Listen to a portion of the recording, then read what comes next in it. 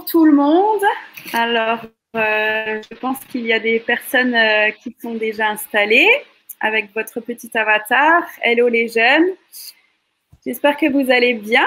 Vive la technologie. Alors, on se retrouve dans ce workshop avec le pasteur Diokel en direct du Sénégal. C'est une chance, c'est une grâce de l'avoir avec nous sur le thème du Saint-Esprit, les dons de l'Esprit, le Saint-Esprit. Alors, je vais lui laisser la parole. Il est 9h34. Il va nous parler de ce qu'il a sur le cœur par rapport à ce thème. Et vous avez la possibilité de m'envoyer donc par SMS. Vous avez mon numéro qui a été envoyé dans Discord, je crois. Vous m'envoyez vos questions et on fera un temps de questions-réponses le dernier quart d'heure. Voilà. Donc, n'hésitez pas. Vous avez tout le temps où Diokel va vous enseigner, va échanger avec vous pour m'envoyer vos questions. Et à 10h15, on passera aux questions-réponses. C'est bon pour vous? Allez, on y va. Diokel, je te laisse la parole. Merci beaucoup, Géraldine. Vous avez le bonjour du Sénégal. Merci beaucoup. Frères et sœurs, c'est avec beaucoup de joie, avec beaucoup de respect que je viens et c'est une opportunité pour moi de pouvoir vous partager la parole de Dieu. Mais avant toute chose, nous allons tout simplement prier d'abord et remettre tout cet enseignement entre les mains du Seigneur. Prions. Père éternel, béni soit ton Saint-Nom, nous te louons, te bénissons pour ta personne. Nous savons qu'en réalité que tu n'as que de bien pour nous. Chaque personne qui est là sur place, Seigneur, tu as une portion pour elle. Et ce matin, tu vas tout simplement, par ta grâce et par ton Saint-Esprit, donner à chacun et à chacune sa portion du Saint-Esprit, sa portion vraiment, Seigneur, de ta parole. Merci de m'aider moi-même à transmettre ce que tu as mis dans mon cœur par rapport au baptême du Saint-Esprit. Que ton nom soit glorifié, exalté au nom de Jésus. Amen. Voilà donc ce matin, on m'avait dit d'amener un enseignement sur le baptême du Saint-Esprit. Le baptême du Saint-Esprit, quand on parle de baptême aujourd'hui, il y a beaucoup de personnes qui acceptent ce phénomène, mais il y en a aussi beaucoup qui négligent et qui n'acceptent pas ce phénomène. Donc, quand on parle de baptême, je vais faire une introduction et essayer maintenant de parler de 2 points après l'introduction. Et après, on va en conclure. Le baptême du Saint-Esprit, le mot baptême signifie immerger. Immerger ou plonger. Et donc, on pourrait dire mon immersion dans l'esprit. On pourrait dire aussi mon premier plongeon dans l'esprit. Si le Seigneur permet que tu sois baptisé par l'esprit, c'est comme si on te plongeait dans l'esprit. C'est comme si on t'immergeait dans l'esprit. Le baptême du Saint-Esprit est nécessaire et vital pour tout disciple de Jésus-Christ.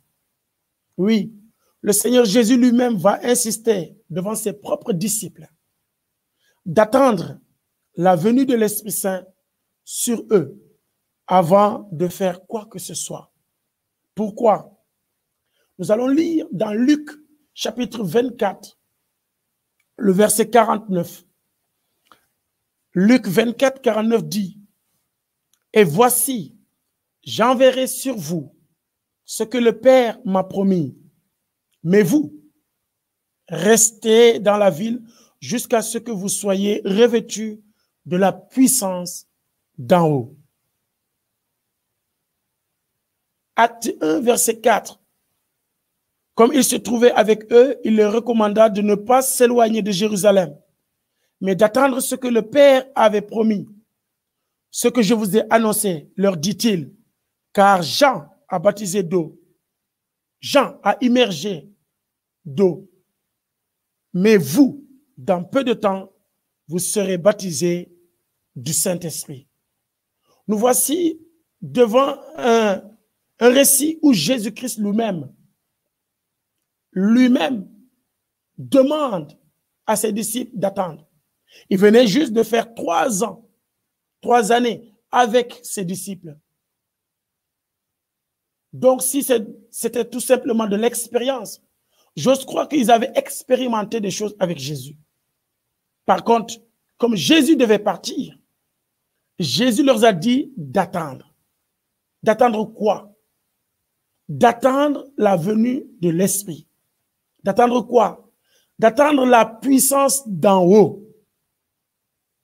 Si nous reconsidérons ces 2 passages, nous pouvons voir facilement que Jésus a insisté d'attendre le Saint-Esprit, d'attendre la venue de l'Esprit. Cela m'a poussé à se demander pourquoi attendre le Saint-Esprit.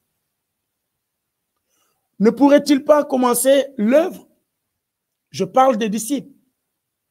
Est-ce que les disciples ne pouvaient pas commencer l'œuvre? Ils viennent de passer 3 ans avec le Maître, Jésus-Christ. En fait, le travail du royaume de Dieu n'est dirigé que par Dieu lui-même. Je répète, le travail du royaume de Dieu n'est dirigé que par Dieu lui-même. Donc, ceci dit que si Jésus-Christ les avait laissés partir et laisser le travail à faire sans envoyer le Saint-Esprit, les hommes dirigeraient les œuvres de Dieu sans Dieu. Et c'est pour cela que Jésus a insisté à dire non, là on parle du royaume de Dieu. En fait, le travail du royaume de Dieu n'est dirigé que par Dieu lui-même. La venue de Jésus avant la venue de l'Esprit, c'était quelque chose prémédité par Dieu. Parce qu'il y avait un objectif à atteindre. Ça faisait partie du plan de Dieu. C'est le projet même de Dieu. La venue de Jésus était pour que les gens acceptent le salut. Qu'ils puissent voir et qu'ils voient la vie du royaume et qu'ils l'acceptent. Donc, la venue de Jésus-Christ sur terre était pour que les gens voient le salut, acceptent le salut et voient comment vivre dans le royaume. Parce que Jésus reflétait le royaume de Dieu. N'oubliez pas que Jésus, qui ne cessait de dire « le royaume de Dieu est venu », était né de l'Esprit. Lui-même, il était né de l'Esprit. Il était né de l'Esprit et il a travaillé par l'Esprit. Il a été rempli du Saint-Esprit. Jésus lui-même va parler ainsi. Et c'est pour cela que nous devons vraiment lui faire confiance à la parole de Dieu. Donc nous aussi, nous faisons partie du royaume de Dieu. Faire partie du royaume de Dieu, c'est une chose. Mais pour vivre le royaume, il nous faut être rempli du Saint-Esprit. Faire partie du royaume, c'est accepter le salut. Faire partie du royaume, c'est accepter Jésus-Christ. Ton nom est écrit. Tu es sauvé. Tu as une nouvelle vie. Mais cette vie tu ne peux pas la vivre sans le Saint-Esprit. Ce sont les règles du royaume. Tout ce qui bouge dans le royaume est dirigé par le Saint-Esprit. Mon frère, ma sœur, notre premier point serait l'œuvre de l'Esprit. Quelle est l'œuvre de l'Esprit? Pourquoi le Saint-Esprit devait venir? Nous avons vu tout à l'heure dans l'introduction qu'en fait, Jésus-Christ lui-même était né du Saint-Esprit et il a travaillé par le Saint-Esprit. Il était rempli du Saint-Esprit. Et toi et moi, si je veux faire l'œuvre de Dieu, si je veux travailler dans le royaume de Dieu, combien j'aurai besoin de l'Esprit? Donc, notre premier point, l'œuvre de l'Esprit. Actes chapitre 1, verset 8 dit, « Mais vous recevrez une puissance, le Saint-Esprit survenant sur vous, et vous serez mes témoins à Jérusalem, dans toute la Judée, dans la Samarie et jusqu'aux extrémités de la terre. » Alléluia. Ça, c'est Jésus qui parle à ses disciples. Il y a beaucoup de personnes qui veulent recevoir le Saint-Esprit. Il y a beaucoup de personnes qui veulent que le Saint-Esprit travaille avec eux. Mais il a dit, vous recevrez une puissance. Le plus grand désir du Saint-Esprit, c'est faire de toi un témoin. Vous recevrez une puissance, le Saint-Esprit survenant sur vous. Si le Saint-Esprit vient, vous recevrez cette puissance. Et il dit, et vous serez mes témoins à Jérusalem, dans toute la Judée, dans la Samarie et jusqu'aux extrémités de la terre. Donc nous voyons ici que l'œuvre de l'Esprit, ce n'est pas tout simplement de te remplir, ça fait partie. L'objectif de l'Esprit, c'est de te remplir pour être un témoin.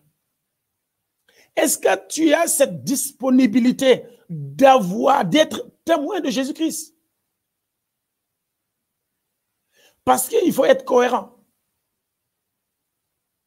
Si le Saint-Esprit vous remplit, si la puissance de Dieu, qui est l'Esprit de vérité, vient vous remplir et vous baptiser, et vous êtes baptisé du Saint-Esprit, vous croyez que c'est pour dormir dans votre canapé?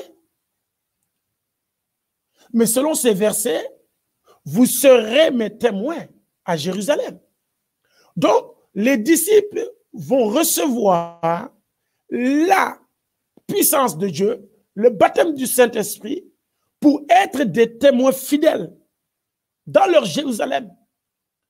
Le Jérusalem peut être vu ici comme chez toi, en toi d'abord, dans ta maison, dans ton village, dans ta ville, dans ton pays, là où tu habites, sur cette terre. En Judée, les pays voisins, vous qui êtes en France, en Judée, votre Judée serait Allemagne, Suisse, Angleterre, Espagne. Ça, c'est votre Judée. Dans la Samarie, chacun connaîtra sa Samarie. Parce que les Samaritains et les Juifs, ça ne marchait pas. Ça ne coulait pas. Il y avait toujours des problèmes. Les Juifs regardaient les Samaritains comme des impurs et les Samaritains aussi regardaient les Juifs comme des impurs. Donc il y avait, c'est comme des ennemis. Mais le Seigneur dit, quand tu seras rempli du Saint-Esprit, tu auras assez de force. Tu auras assez de force. Tu seras très bien équipé pour pouvoir même parler à tes ennemis, pour pouvoir même prêcher à tes ennemis, témoigner tes ennemis. Témoigner tes ennemis. Et cela viendra de la puissance du Saint-Esprit, ça viendra du baptême du Saint-Esprit. Je vous l'ai dit, c'est le désir du Saint-Esprit. Que ton témoignage soit efficace, il faut que ça soit du vécu.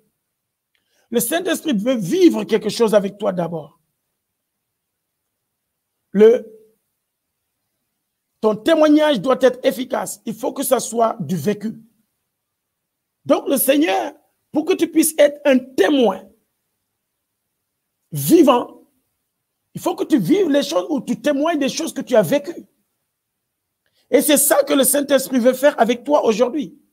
Si tu es ouvert, si tu as soif, et si tu le désires en étant conscient que tu as besoin du Saint-Esprit.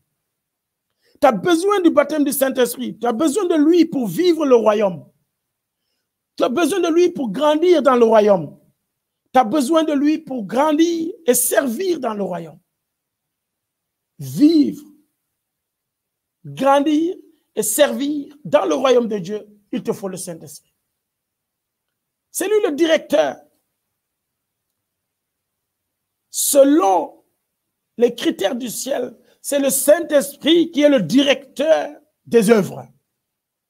Donc, l'œuvre du Saint-Esprit, de faire de toi un témoin vivant qui va expérimenter des choses, il faut que tu acceptes d'être rempli du Saint-Esprit et le Saint-Esprit pourra vivre des choses que tu pourras témoigner. Alléluia.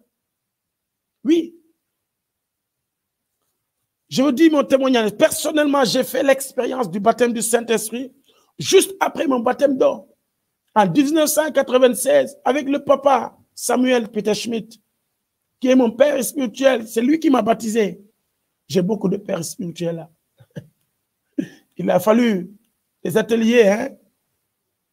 Parce que, pour ceux qui connaissent, papa Claude Schmerber, la famille Schmerber, c'est le couple Schmerber qui nous ont amené l'évangile en 1992. Et c'est seulement en 1996 que je vais accepter le Seigneur Jésus-Christ avec pasteur Peter Schmidt qui va me baptiser avec Claude Schmerber. Vous voyez? Mais au moment où je sortais de l'eau, c'est en ce moment que moi j'ai été baptisé du Saint-Esprit. Mon cœur était déjà disposé. Et le Seigneur avait un projet. Il ne l'avait pas fait parce que j'étais beau. Il ne l'avait pas fait parce que j'étais quelqu'un qui sait lire ou qui parle français. Non, au contraire. Je n'étais pas apte dans toutes ces choses-là. Mais oui, aujourd'hui je suis beau. Je crois que c'est à cause du Saint-Esprit même. Mais à l'époque, je vivais le banditisme. Mais quand le Saint-Esprit m'a rempli, quand j'ai accepté le Seigneur, juste après mon baptême, en sortant de l'eau, j'ai commencé à parler de nouvelles langues. Avec beaucoup de joie. Ce jour-là, ce n'était pas une colombe qui était venue. Ce n'était pas une colombe. C'était le feu. Mon cœur brûlait pour quelque chose. Pourquoi le feu? Je crois personnellement, Jésus avait des choses à brûler en moi par l'Esprit. Il avait des choses à brûler en moi par le feu de l'Esprit et qui ne sont pas acceptées dans son royaume. Ces choses qui ne sont pas acceptées dans son royaume, lorsqu'il me baptisait du Saint-Esprit, le feu de l'Esprit a brûlé toutes ces choses. Mais il ne s'est pas arrêté là. Le Saint-Esprit, son feu a continué à faire, il faisait double travail. D'un côté, il brûlait des choses impures, mais de l'autre côté, il plaçait, il purifiait et il mettait une passion extraordinaire dans mon esprit. Il installait le logiciel de faire l'œuvre de Dieu. Il installait en moi d'autres applications de vivre pour Dieu, de marcher avec Dieu. Et il commençait à installer. Je vous l'ai dit, je crois que si nous acceptons, le Seigneur va faire de nous des instruments dans son royaume. Oui, l'esprit purifié d'un côté et me donner de nouvelles choses de l'autre côté. Je plairais sur mes péchés d'un côté et en même temps, j'étais rempli du désir de servir. C'est un peu paradoxal, mais c'est une réalité. C'est l'œuvre de l'esprit. D'un côté, je pleurais sur mes péchés, Mais de l'autre côté, je voyais dans mon esprit le désir de servir, le désir de travailler avec Dieu, le désir de faire son œuvre. En fait, la descente de l'esprit a un but. Beaucoup veulent que le Saint-Esprit descende. Ils prient. Descends ton esprit, descends ton esprit, descends ton esprit. C'est normal de faire descendre ou de dire, de prier pour qu'il y ait une descente du Saint-Esprit. Parce que tant que le Saint-Esprit ne travaille pas, sachez que le royaume de Dieu ne bouge pas. Le royaume de Dieu bouge à travers le Saint-Esprit. Donc, je dis, quand l'Esprit descend, c'est parce qu'il y a un but. La descente de l'Esprit est un but, c'est un objectif précis pour Dieu. On ne peut pas l'imposer au Saint-Esprit. Il faut que tu adhères à cela. Il faut que tu adhères au but, à l'objectif. C'est le salut de l'humanité qui est le but. Ce n'est pas toi-même. Tu en fais partie, bien sûr, tu dois être sauvé. Mais une fois que tu es sauvé, la puissance de l'esprit que tu as besoin, c'est pour toucher le monde, c'est pour être témoin, c'est pour le salut de l'humanité.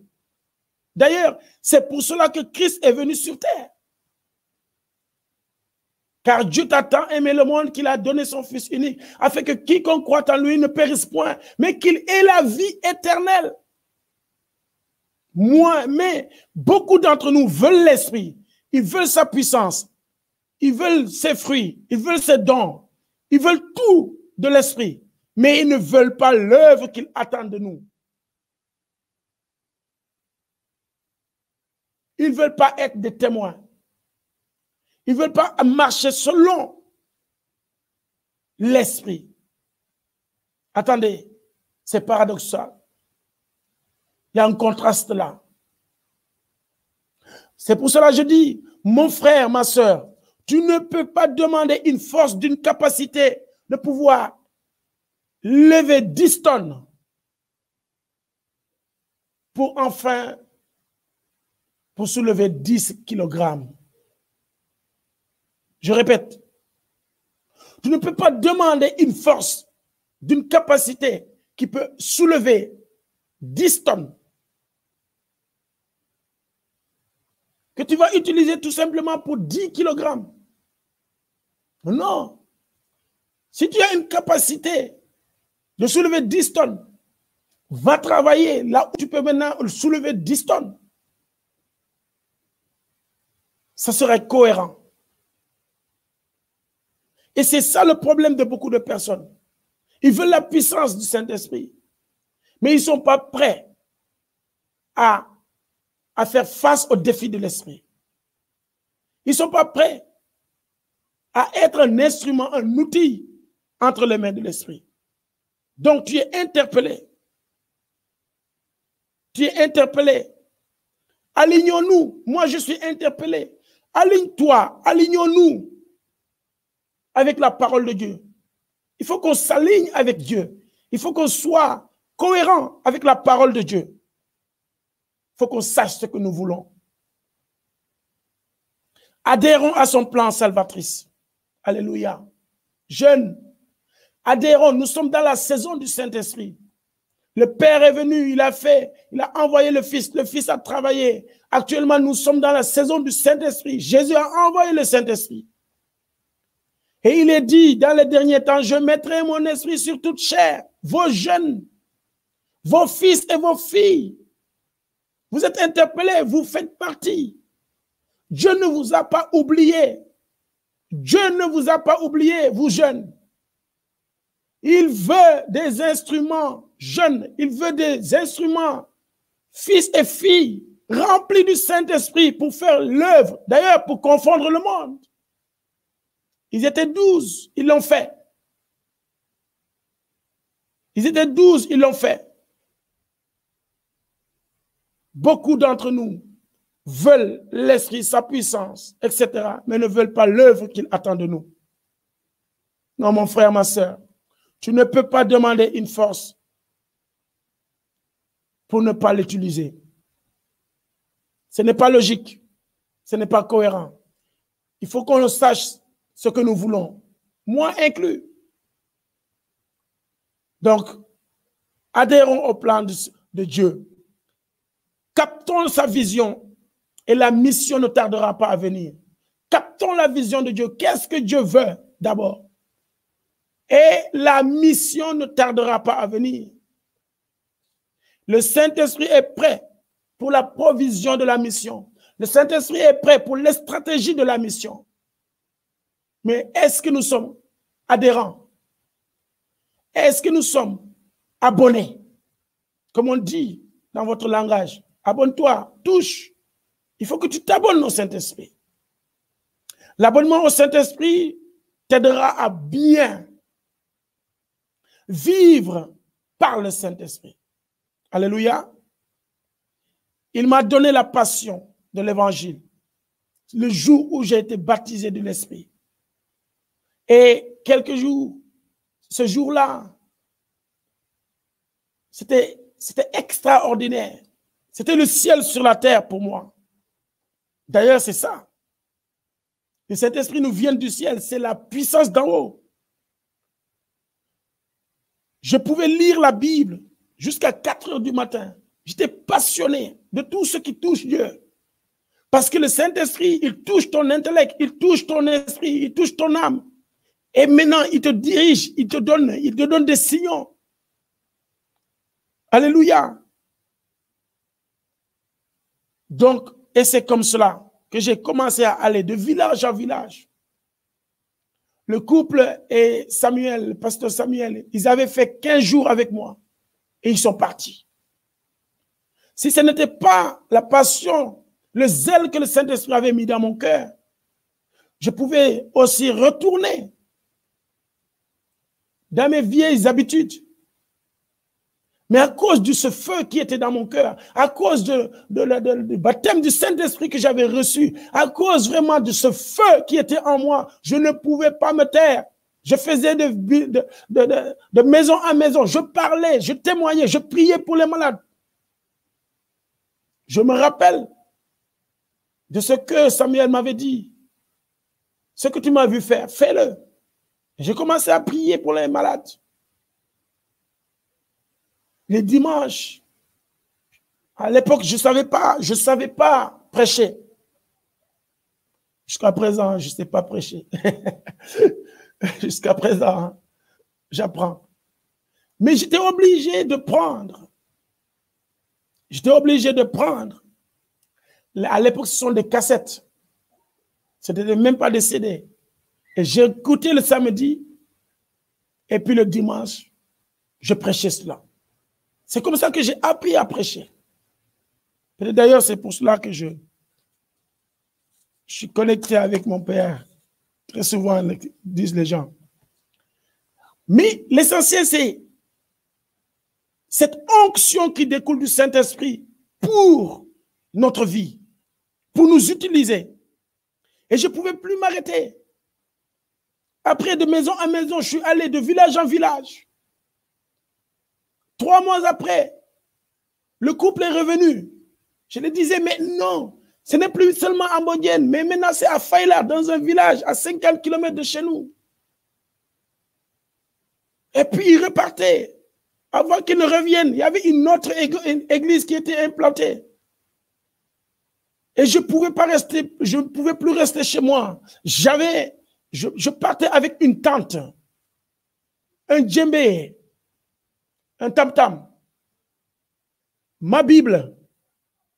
Je partais dans les villages. Je faisais 1 semaine dans les villages.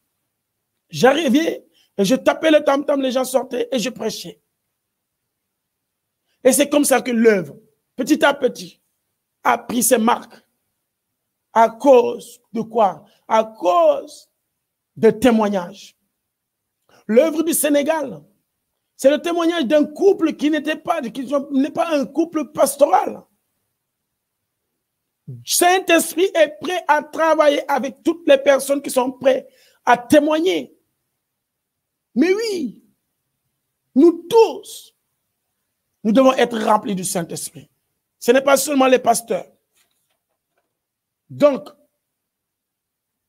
nous avons implanté d'autres églises. Et aujourd'hui, les églises et les cellules se multiplient.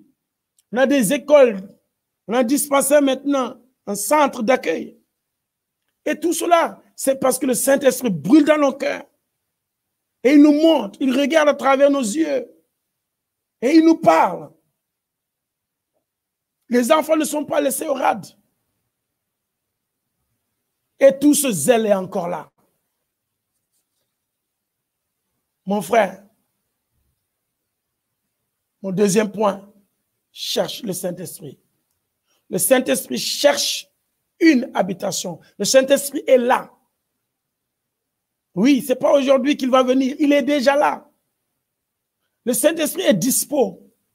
Mais le Saint-Esprit cherche lui aussi. Notre deuxième point, le Saint-Esprit cherche une maison où habiter. 1 Corinthiens 6, verset 19. Ne savez-vous pas que votre corps est le temple du Saint-Esprit qui est en vous et que vous avez reçu de Dieu et que vous appartenez point à vous-même? Beaucoup d'entre nous veulent une simple visitation du Saint-Esprit. Pour dire après, j'ai été visité du Saint-Esprit, le Saint-Esprit nous a visités à The Rencontre. Attendez. Mon frère, écoute-moi. Le Saint-Esprit, son but n'est pas de te visiter. Tu vas me dire, mais qu'est-ce que dit le pasteur? Le Saint-Esprit, son but, c'est d'habiter en toi. J'ai dit, beaucoup d'entre nous veulent une simple visitation du Saint-Esprit. Non, mes frères et sœurs, tel n'est pas l'objectif du Saint-Esprit. Son objectif, c'est d'habiter en toi, d'habiter en moi. Mais quel privilège! Mais comme il y a une énorme différence pour quelqu'un qui visite et quelqu'un qui habite, beaucoup restent fades, beaucoup restent secs, beaucoup sont dans la tristesse et découragés parce qu'ils ne sont pas prêts à être habités eux-mêmes par le Saint-Esprit. Et ils ne veulent pas être dérangés. D'ailleurs, toutes les places de la maison sont déjà prises. Quand le Saint-Esprit vient sur quelqu'un, s'il vient sur toi aujourd'hui, aura-t-il toute la place? Le Saint-Esprit ne mérite pas une place, il mérite toute la place. Le Saint-Esprit, c'est notre, nous sommes sa propriété. C'est lui le propriétaire de ce corps. Dis la parole de Dieu. Tu y es le temple de l'Esprit. Donc, si tu invites le Saint-Esprit à venir, tu invites celui qui est le propriétaire. Il doit avoir sa place. Tu ne peux pas lui donner une petite place. Et tout ce que tu penses, il le sait. D'ailleurs, il y a beaucoup de personnes qui n'ont pas reçu le Saint-Esprit parce que tout simplement, ils ne sont pas disposés dans leur esprit à lui laisser toute la place. Quand le Saint-Esprit vient, il vient pour être là et habiter là. Vous savez quoi? Le Saint-Esprit ne cohabite pas avec d'autres esprits. Il ne cohabite pas. Il n'est pas une seconde épouse, non. C'est que chez vous, ce n'est pas la polygamie. Mais il y a aussi beaucoup de gens qui font aussi, ils sont mariés, mais ils ont des maîtresses. Mais le Saint-Esprit, il veut toute la place. Il ne cohabite pas avec d'autres esprits. Acceptons de le recevoir en acceptant qu'il nettoie tout ce qui ne glorifie pas Dieu. Acceptons de le recevoir. Jeune, accepte le Saint-Esprit. Il va nettoyer ton cœur. Il va nettoyer ta vie. Et il va y habiter. Il va le brûler par le feu. Quand tu t'engages à être rempli du Saint-Esprit, tu t'engages à être nettoyé. Quand tu t'engages à être rempli du Saint-Esprit, tu t'engages à être vraiment aussi, que le feu de l'Esprit puisse brûler tout ce qui ne glorifie pas Jésus dans ta vie. Tout.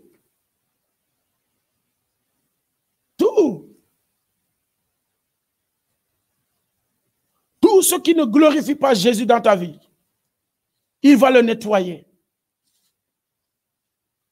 Donc, il faut savoir ce qu'on veut. Le Saint-Esprit veut te nettoyer pour glorifier Jésus. Le Saint-Esprit veut te nettoyer pour t'amener plus loin. Le Saint-Esprit veut te nettoyer pour pouvoir installer des applications spirituelles et célestes. Le Saint-Esprit veut te nettoyer pour que tu puisses être sa maison. Il sera le directeur, le propriétaire. Mais dans ton état d'esprit, est-ce que tu es prêt? Beaucoup ne sont pas prêts parce qu'ils sont addictifs. Ils ne sont pas prêts à laisser cela. La drogue, les filles, la pornographie, la sexualité avant le mariage, l'adultère, le concubinage, le vol, le mensonge, l'arnaque. Donc, beaucoup de fléaux. L'homosexualité, c'est que chez vous, vous n'osez pas le dire. Nous, on le dit ici. Mais oui, c'est contre nature. La parole de Dieu en parle. Tout ce qui ne le glorifie pas, il va le nettoyer. Donc, tu y es. Le Saint-Esprit cherche une maison.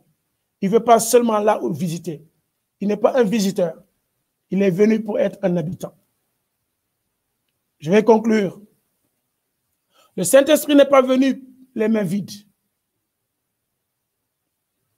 2 Timothée 1, verset 7 dit, car ce n'est pas un esprit de timidité que Dieu nous a donné, mais un esprit de force, d'amour et de sagesse.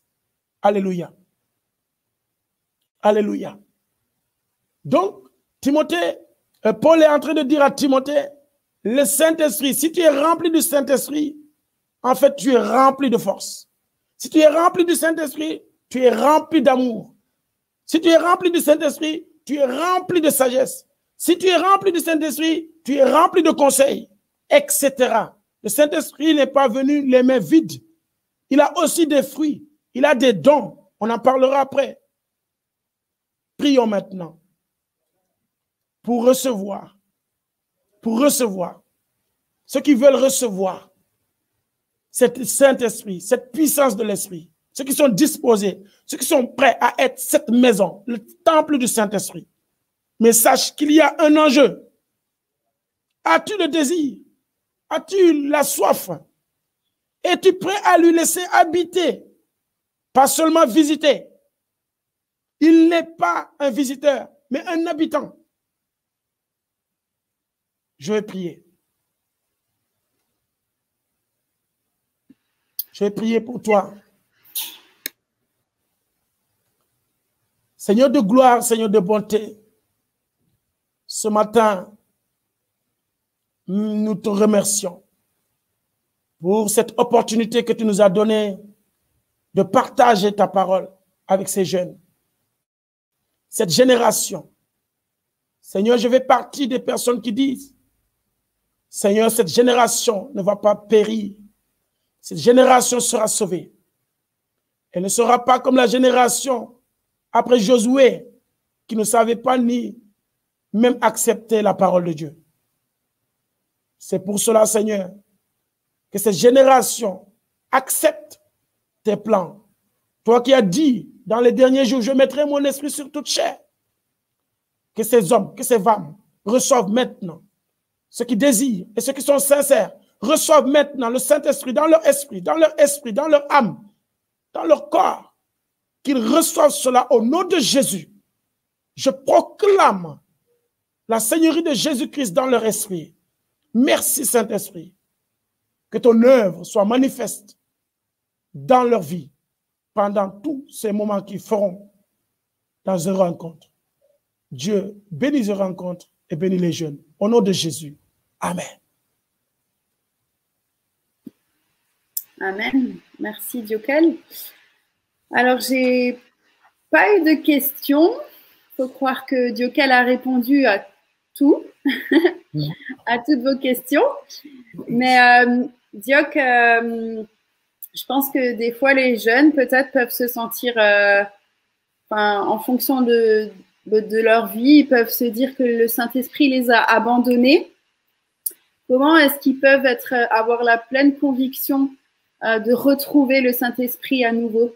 Comment est-ce que, quand ils ont ce sentiment d'abandon du Saint-Esprit parce qu'ils ont péché, bon, on est tous pécheurs, hein, mais quand est-ce qu'on peut être, être convaincu à un moment que le Saint-Esprit revient dans nos vies malgré un péché qu'on a pu faire? Merci beaucoup, Géraldine. Ce n'est pas seulement les jeunes qui pensent de cette manière. Il y a aussi des grandes personnes qui pensent ainsi. Mais n'oubliez pas que la parole de Dieu dit que Satan est un rusé. Satan est un rusé. Satan est un malin. Et qui essaye d'implanter des idées ou des pensées qui ne sont pas vraies. C'est le père des mensonges. Donc, comment acquérir ou bien comment même garder dans ton esprit que le Saint-Esprit, en réalité, ne t'a pas abandonné. C'est en s'appuyant sur ce que dit la parole.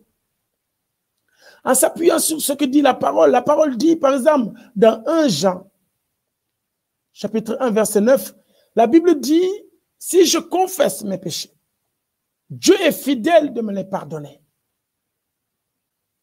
Dans Jean 4, il dit, celui qui demeure, celui qui dit qu'il n'est pas pécheur est un menteur. Mais ce que Dieu ne veut pas, c'est qu'il ne faut pas demeurer dans le péché. C'est différent. Celui qui pêche et celui qui demeure dans le péché, ça fait deux, c'est différent.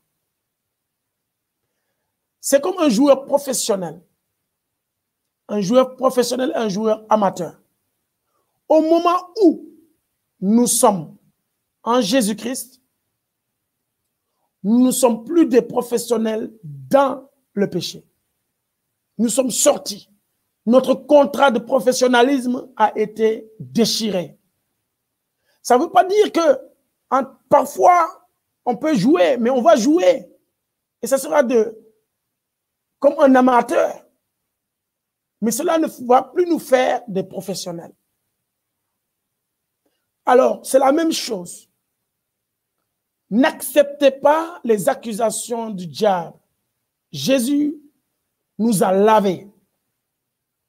S'appuyons-nous.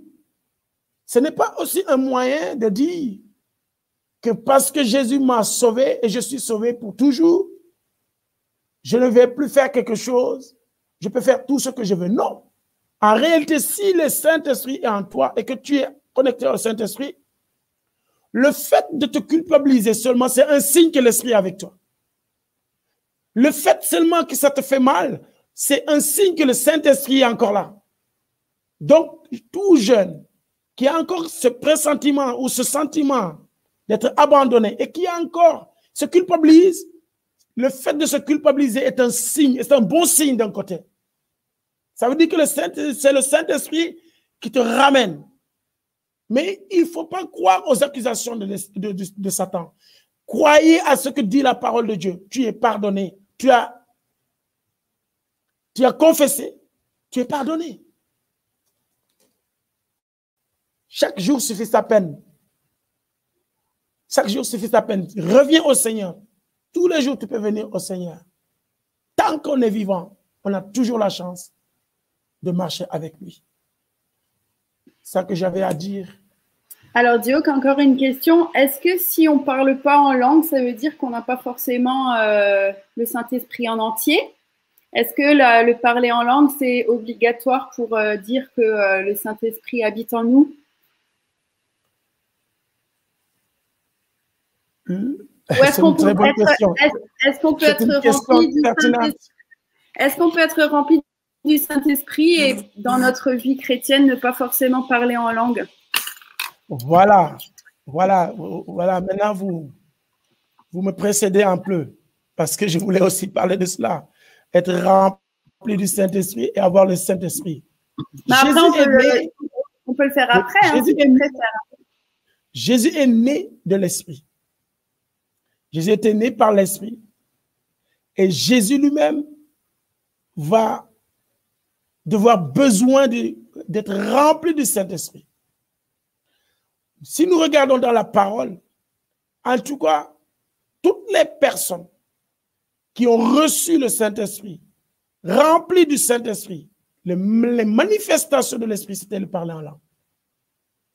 Le parler en langue est un signe visible que tu es rempli du Saint-Esprit.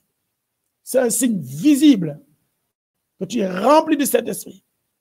Il y a d'autres qui sont remplis du Saint-Esprit qui n'osent pas parler en langue. Moi, je le crois. Je l'ai vu même. Et parfois, il faut les aider. Ils sont remplis et ils essaient de raisonner parce que, en fait, parler en langue,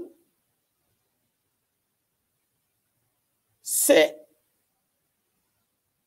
n'est pas logique. Ce n'est pas logique. Et la Bible ne le nie pas.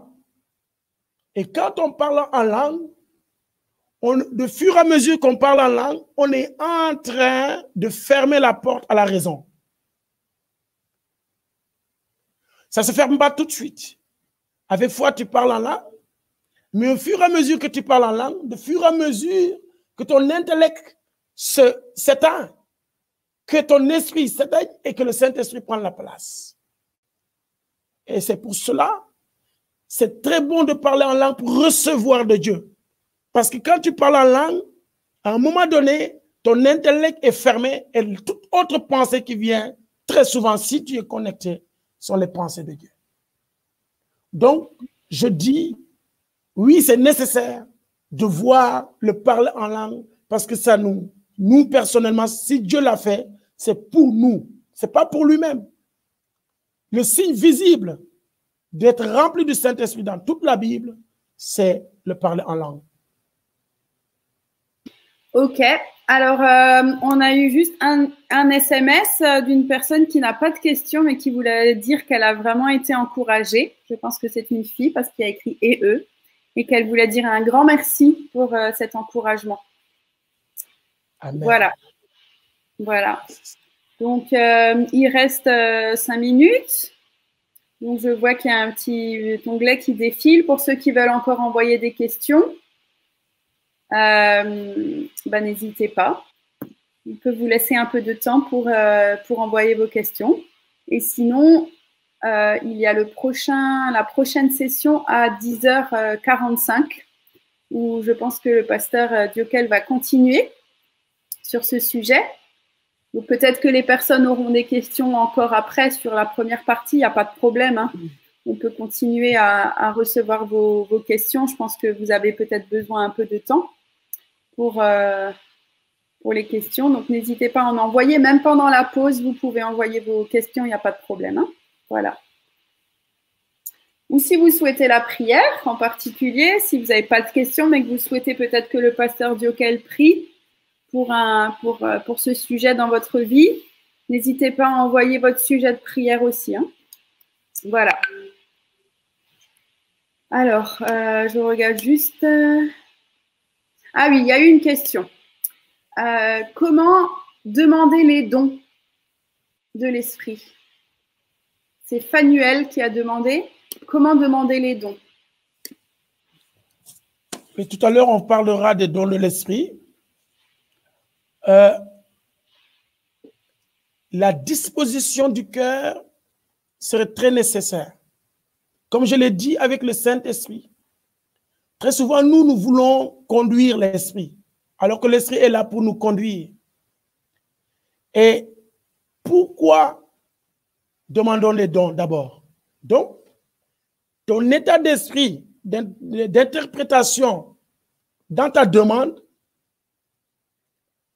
définira si tu vas recevoir ou non. Parce que je peux te répondre par une question. Pourquoi demander l'esprit? Pourquoi demande-t-on les dons? Pourquoi tu vas demander les dons? Et la réponse de cette question amènera la clarification de comment demander les dons. Comme le Saint-Esprit. Je crois les dons, même, et encourager. Il faut le demander au nom de Jésus. Il faut le demander au Père au nom de Jésus. La Bible dit, personne ne peut aller au Père sans passer par Jésus. Il faut le demander par la prière. Et on le recevra. Amen. Merci, Diocre.